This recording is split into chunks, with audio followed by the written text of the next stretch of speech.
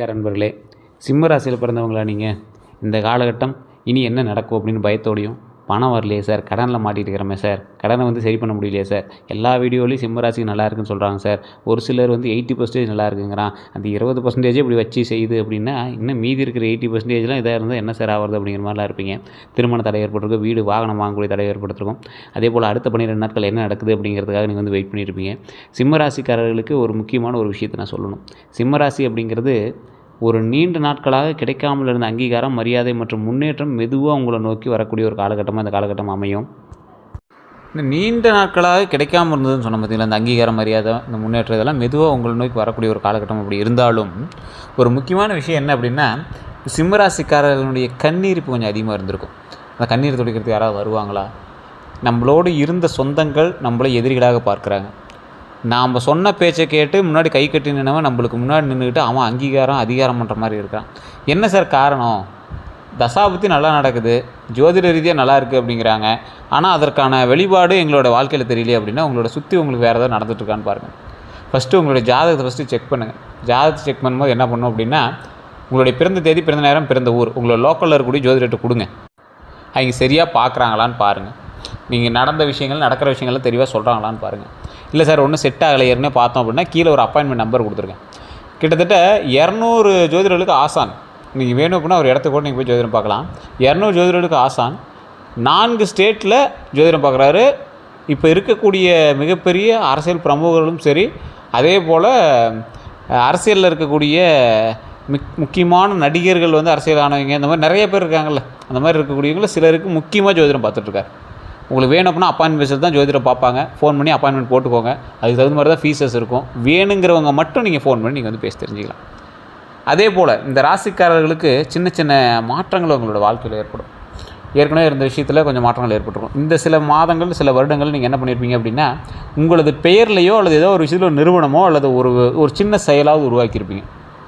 அது வருமானத்திற்காகவோ எதுக்காகவோ. ஆனால் என்ன பெரிய வருமானம் வரல சார், பேர் வர அளவுக்கு இன்னும் வருமானம் வரல சார், இந்த இடத்துல ஒரு கடை இருக்குது அப்படின்னு தெரியுது சார், ஆனால் நான் வருமானம் வரல சார் அப்படிங்கிற மாதிரி தான் நீங்கள் இருந்திருப்பீங்க. முக்கியமான நடவடிக்கை, முக்கியமாக நடக்கக்கூடியவை இந்த காலகட்டத்தில் என்ன அப்படின்னா, கொஞ்சம் வெயிட் பண்ணி நடக்கக்கூடிய இருந்தாலும் கொஞ்சம் நல்லதாக ஸ்டேபிளாக இருக்கக்கூடியது. நீண்ட நாள் உழைப்புக்கு அங்கீகாரம் கிடைக்கும். உங்களை மதிக்காதவங்க உங்கள் மதிப்பை உணர்வாங்க. வேலை அல்லது தொழிலில் பெரிய பொறுப்பு வரும். சம்பளம் அல்லது வருமானத்தில் முன்னேற்றம் ஏற்படக்கூடிய ஒரு காலகட்டம். பழைய பாக்கி பணம் அதெல்லாம் கொஞ்சம் வரதுக்கு வாய்ப்புகள் இருக்குது. தெளிவாக மைண்ட் ஞாபகம் வச்சுக்கோங்க, வாய்ப்புகள் தான் இருக்குது. அதே போல் உங்கள் பெயர், புகழ் அல்லது சமூக மரியாதை உயரும். அப்படியே படிப்படியாக தான் உயரும். ரொம்ப நீங்கள் எதிர்பார்க்குற மாதிரி டக்குன்னு ஆகுமா சார் அப்படின்னு கேட்டாலும் கொஞ்சம் டவுட்டு தான். அதே போல் இன்னொரு விஷயம் என்ன அப்படின்னா, குடும்பத்தில் உங்கள் முடிவு ஏற்றுக்கொள்ளப்படலாம். குடும்பத்தில் இருக்கிறவங்களுக்கு உங்களோட முடிவு ஏற்றுக்கொள்ளக்கூடிய ஒரு முடிவாக கூட இருக்கலாம். இன்னொரு விஷயம் என்ன அப்படின்னா, திருமண பேச்சு அல்லது காதல் உறவில் தெளிவு வரும். சொத்து, வாகனம் அல்லது வீடு தொடர்பான முயற்சி நகரலாம். எதிர்த்தவங்க அமைதியாகக்கூடிய சூழல் வரலாம். ஒரு முக்கியமான நபரினுடைய ஆதரவு கிடைக்கக்கூடிய ஒரு காலகட்டம். உங்கள் தலைமை திறன் வெளிப்படக்கூடிய வாய்ப்பு வருங்க. இந்த ராசிக்காரங்க இனி என்ன நடக்க போகுது சார் அப்படின்னு கேட்டுட்ருப்பீங்க. மரியாதை மற்றும் அங்கீகாரம் அதிகரிக்கக்கூடிய ஒரு காலகட்டம். நீங்கள் செஞ்ச வேலைக்கு ஏதாவது ஒன்று உங்களுக்கு அவுட்புட் கொடுக்கணுமில்ல, அதை கவனிப்பாங்க. நீ என்ன வேலை செஞ்ச அப்படிங்கிறது மற்றவங்க மத்தியில் பார்க்கப்படும். பொதுவில் பாராட்டு கிடைக்கும். மேலதிகாரிங்க உங்கள் திறமையை உணர்வாங்க. குடும்பத்தில் உங்கள் கருத்து மதிப்பு அதிகாரம் உருவாகும்.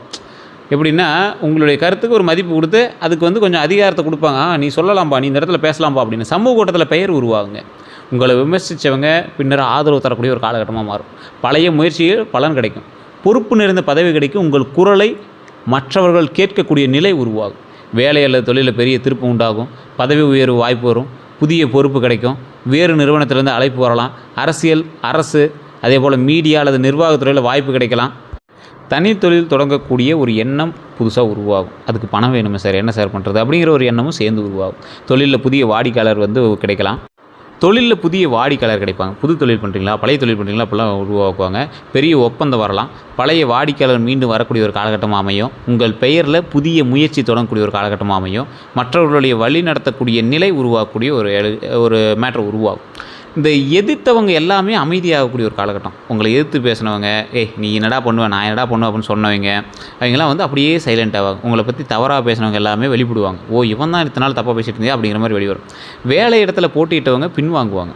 உங்ககிட்ட போட்டியாகவும் உங்களை மாட்டி விட்டு பொறாமப்படுத்தியிருந்தவங்களும் அப்படியே பேக் அடிப்பான். ஏன்னே தெரியாத மாதிரி உங்களுக்கு ஒரு பயமும் உருவாகும்.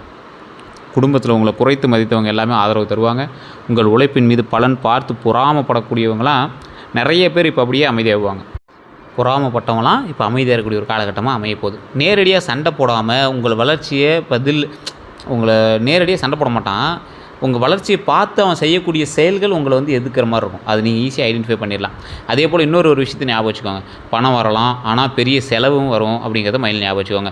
சம்பள உயர்வு கிடைக்கக்கூடிய ஒரு காலகட்டம், கமிஷன் அல்லது ஊக்கத்தொகை வரலாம், பழைய பாக்கி கிடைக்கக்கூடிய ஒரு காலகட்டமாக அமையும், தொழிலில் லாபம் அதிகரிக்கலாம், சொத்து விற்பனை மூலமாக பணம் கிடைக்கக்கூடிய ஒரு காலகட்டம், குடும்ப உதவி கிடைக்கக்கூடிய ஒரு காலகட்டமாக அமையும். அதே நேரத்தில் வீடு, வாகனம், குடும்ப விழா, குழந்தைகள், மருத்துவம், தொழில் முதலீடு, சமூக மரியாதை தொடர்பான செலவுகள் வந்து அதிகரிக்குங்க. இது எல்லாமே நன்மையை நோக்கி தான் போகுமே தவிர நெகட்டிவை நோக்கி அவ்வளோ சீக்கிரம் போகாது. ஸோ அந்த ஒரு விஷயத்தையும் ஞாபகம் வச்சுக்கோங்க. அதே போல் தொழில் மற்றும் வேலை பலன்களை பொறுத்த வரைக்கும் வேலை செய்கிறவங்களுக்கு மேலதிகாரி உங்கள் தலைமை திறனை கவனிக்கலாம். புதிய குழுவை வழிநடத்த வாய்ப்பு கிடைக்கக்கூடிய ஒரு காலகட்டமாக அமையும். பதவி உயர்வு பற்றிய பேச்சு வரலாம்.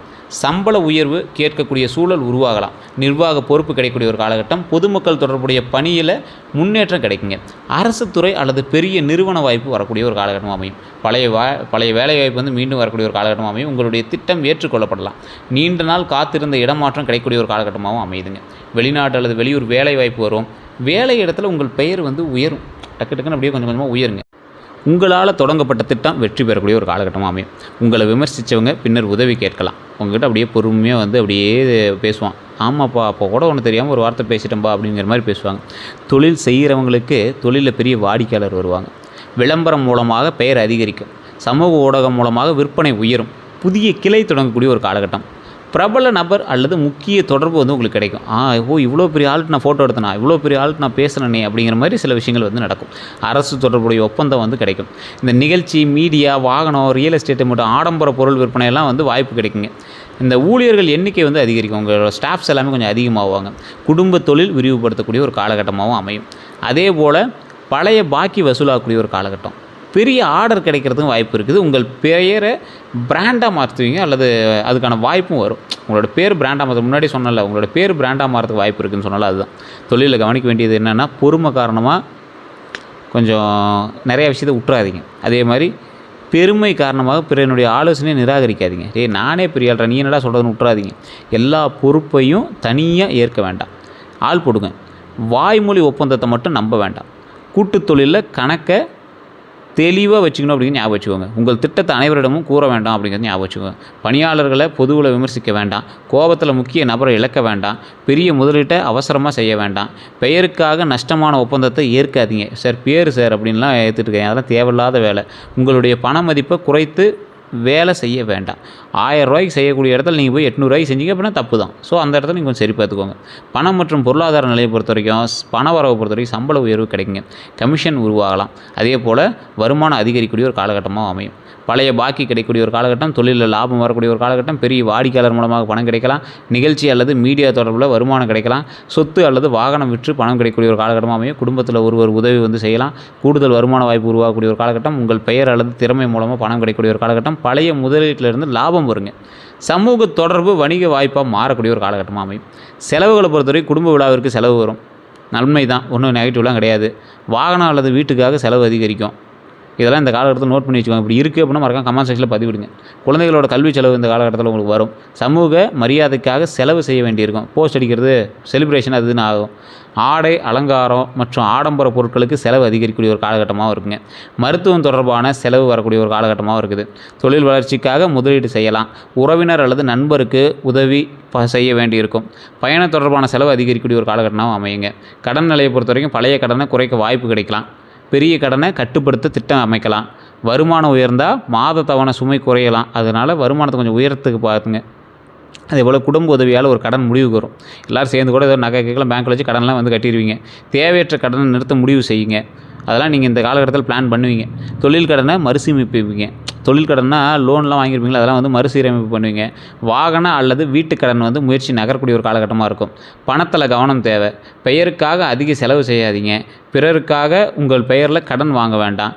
நண்பர் அல்லது உறவினர் சொன்னதால் முதலீடு செய்ய வேண்டாம். ஞாபகம் வச்சுக்கோங்க. ஆவணம் இல்லாமல் பணம் கொடுக்க வேண்டாம். பெரிய வருமானம் வந்தவுடன் முழுமையும் செலவு செய்ய வேண்டாம். சேமிப்பை கட்டாயமாக உருவாக்கணும் அப்படிங்கிறத ஞாபகம் வச்சுக்கோங்க. ஒரே முதலீட்டில் முழு தொகையும் போடாதீங்க, மாட்டிக்குவீங்க. உங்களுடைய வருமானத்தை யாருக்கிட்டையும் சொல்லாதீங்க. ஆடம்பரத்திற்காக கடன் வாங்காதீங்க. காதல் பலன்களை பொறுத்த வரைக்கும் பழைய காதல் மீண்டும் தொடர்பு கொள்ளக்கூடிய ஒரு காலகட்டம். உங்களை மதிக்கும் புதிய நபர் நெருங்கலாம். நண்பராக இருந்தவங்க காதலை வெளிப்படுத்தக்கூடிய ஒரு காலகட்டம். உறவில் இருந்த குழப்பம் குறையக்கூடிய ஒரு காலகட்டமாக அமையும். ஒருவரின் உண்மையான நோக்கம் தெரியலாம்.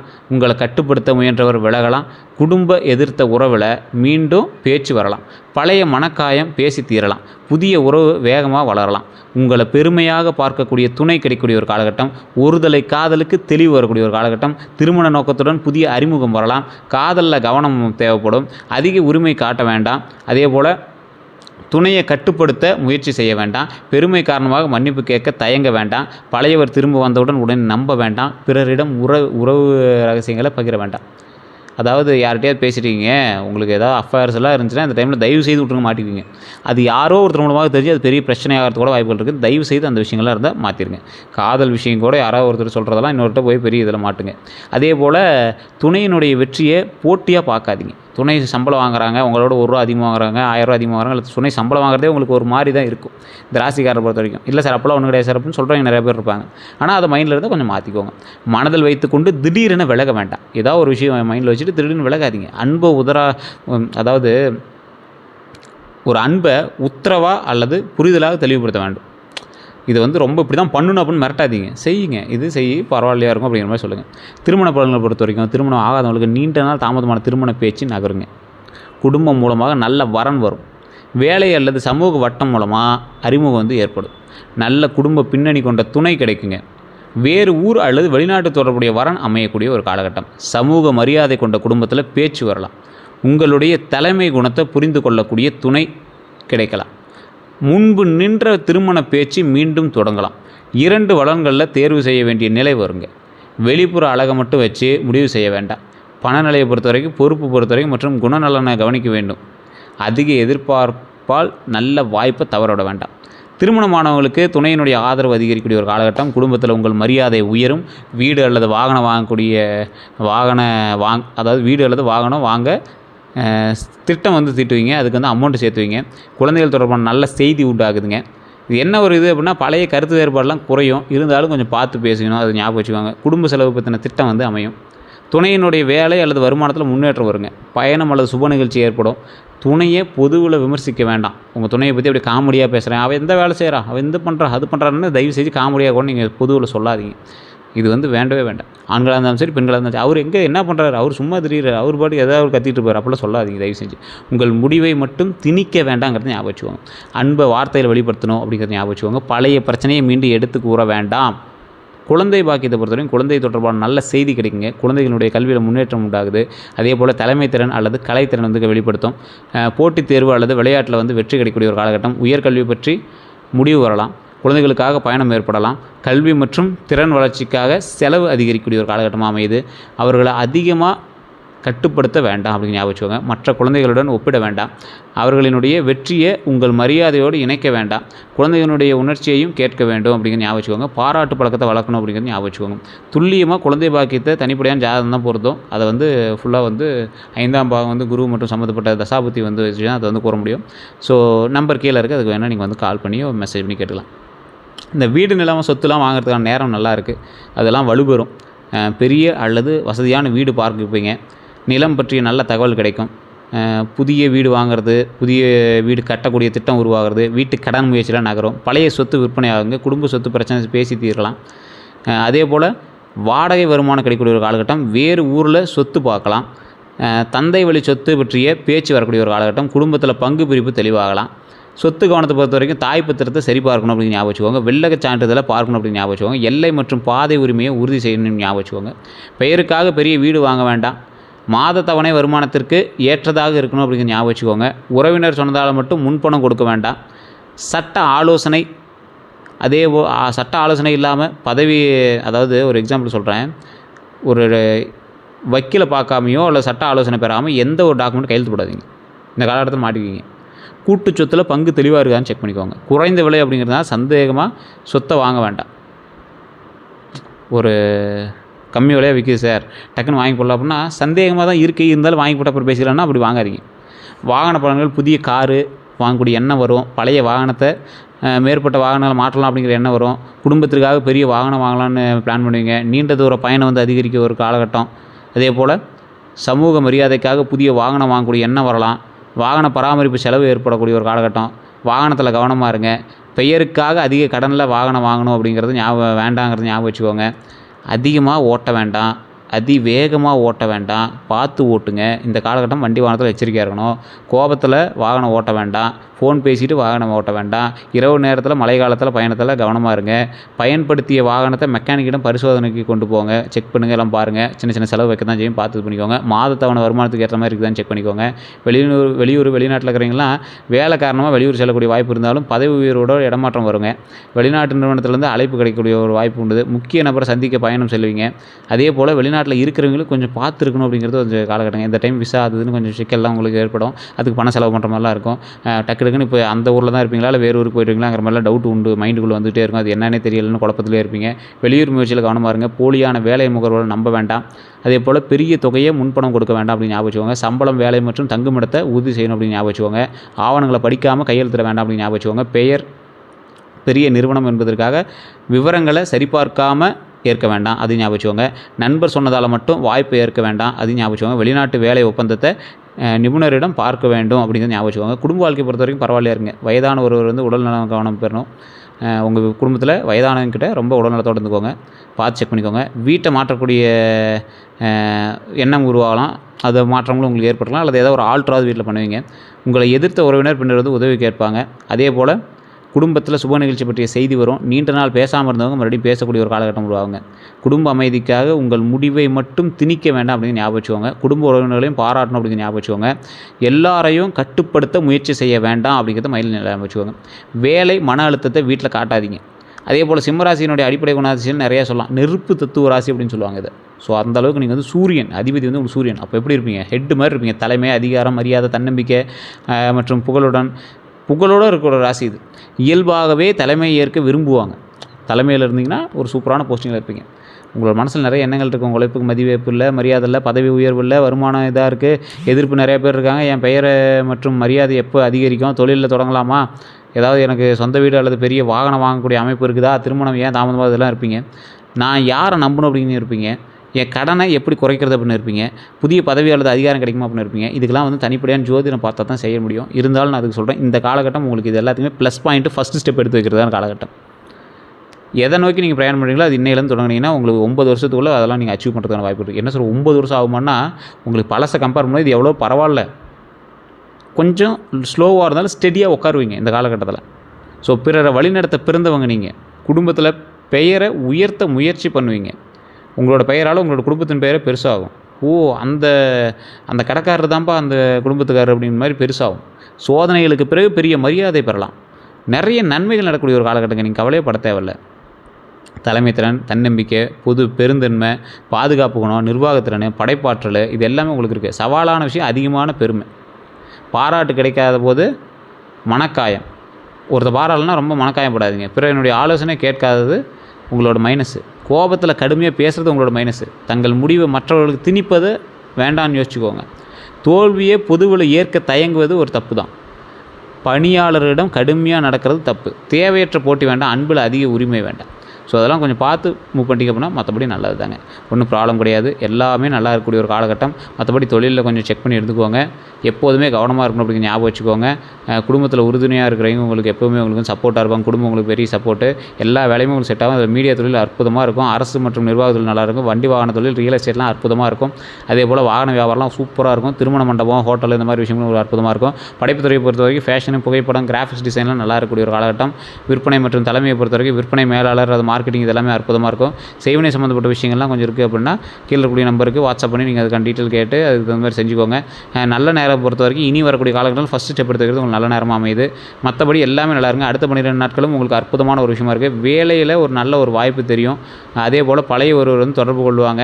அதே போல் வாகனம் அல்லது சொத்து பற்றிய முடிவு வரக்கூடிய ஒரு காலகட்டமாக இருக்குது. பணவரவு தொடர்பான நல்ல செய்தி கிடைக்கக்கூடிய ஒரு காலகட்டமாக இருக்குது. உடல் நலத்தை பொறுத்தவரைக்கும் இதய துடிப்பு தொடர்பான கவலை உங்களுக்கு இருக்கும். அதை கொஞ்சம் செக் பண்ணிக்கோங்க. ரத்த அழுத்தத்தை கொஞ்சம் செக் பண்ணிக்கோங்க. உடல் சூடுலாம் கொஞ்சம் செக் பண்ணிக்கோங்க. நல்லா எண்ணெய் தேய்ங்க உடம்புக்கு, நல்லா தண்ணி குடிங்க. கண் சோர்வு, இந்த தூக்க குறைவெல்லாம் இருந்துச்சுன்னா அதெல்லாம் சரி பண்ணிக்கோங்க. மன அழுத்தத்தெல்லாம் சரி பண்ணிக்கோங்க. தலைவலியெல்லாம் இருக்கும், செரிமான கோளாறுலாம் இருந்துச்சு அப்படின்னா கொஞ்சம் பார்த்து நல்ல உணவாக எடுத்துக்கோங்க. அதிக வேலை காரணமாக உடல் சோர்வு இருக்கும், அதெல்லாம் சரி பண்ணிக்கோங்க. மற்றபடி எல்லாமே நல்லா இருக்குங்க. வேறு ஏதாவது தகவல் வேணும் அப்படிங்கிற பட்சத்தில் நீங்கள் கீழே இருக்கக்கூடிய கமெண்ட் செக்ஷனில் பதிவிடலாம். சூரிய பகவான் ஞாயிற்றுக்கிழமையில வழிபடுங்க, ரொம்ப நல்லது. காலையில் சூரியனுக்கு நீர் அர்ப்பணிக்கிறது ரொம்ப நல்லது. முன்னாடி ஒரு டம்ளர் தண்ணி வச்சு வணங்குறது ரொம்ப நல்லது. சிவபெருமான் நல்லது. முருகனை தினசரி வழிபாடு பண்ணுறது ரொம்ப அற்புதமாக இருக்கும். மற்றபடி எல்லாமே நல்லதாக இருக்குது. மூத்த ஆண்களுக்கு மரியாதை கொடுங்க. தந்தை அல்லது உங்களுக்கு வயசான தாத்தாலாம் இருக்காங்கன்னா ரொம்ப மரியாதை கொடுங்க. கோதுமை அல்லது வெள்ளம் தானம் செஞ்சிங்கன்னா ரொம்ப நல்லதுங்க. மற்றபடி எல்லாமே நல்லா இருக்குது. வேறு ஏதாவது கருத்துக்கள் இருந்தால் மறக்காம கமெண்ட் செக்ஷனில் பதிவிடுங்க. நான் சொன்னது உண்மையாக இல்லையான்னு மறக்காம கமெண்ட் செக்ஷனில் பதிவிடுங்க. அதுதான் மெயின். நான் சொன்ன விஷயங்கள் உண்மையாக உங்களுக்கு நடந்துருக்கா இல்லையான்னு சொல்லுங்கள். அதே போல் இதுவரை நம்ம சேனலில் ஃபாலோ பண்ணாமல் தான் ஃபாலோ பண்ணிக்கோங்க. ஃபேஸ்புக்கில் பார்த்துட்டிங்கன்னா ஃபாலோ பண்ணிக்கோங்க. யூடியூப் பார்த்தீங்கன்னா சப்ஸ்கிரைப் பண்ணாமல் வந்து சப்ஸ்கிரைப் பண்ணி பக்கத்தில் பெல் பண்ணி மறக்காம ப்ரெஸ் பண்ணிக்கோங்க. எல்லோரும் நன்றி நண்பர்களே.